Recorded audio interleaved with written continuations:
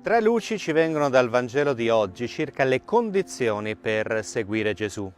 Non può essere discepolo di Gesù chi ha una relazione con un essere umano e lo tratta come se fosse il proprio Dio. Amore umano e amore divino devono rimanere due cose distinte. Quando il posto che nel cuore dell'essere umano dovrebbe essere occupato da Dio viene occupato non dal creatore ma da una creatura, questo rappresenta un impedimento per diventare realmente discepoli di Gesù. E ancora, non può essere discepolo di Gesù chi non prende ogni giorno la sua croce. E attenzione, la croce per noi cristiani non è l'insieme delle sfortune che ci capitano nella vita, dei dolori, delle sofferenze e quant'altro, che in qualche modo in una sorta di martirio autoinflitto dobbiamo caricarci su noi stessi. È una visione masochista questa del cristianesimo.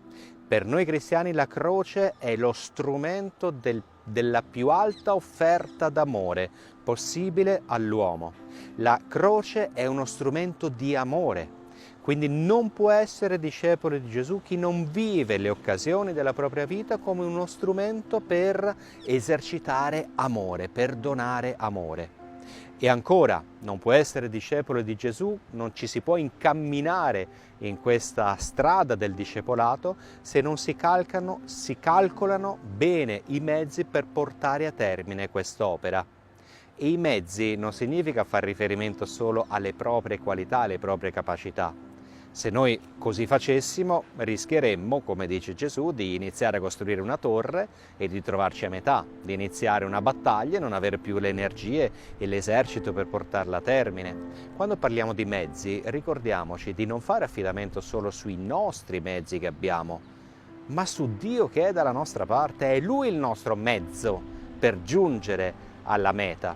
E allora, veramente, quando ci mettiamo in cammino, desideriamo diventare discepoli di Gesù, consideriamo che il più grande apporto ci viene proprio da Dio stesso, dal suo amore e dalla presenza del suo Spirito in noi.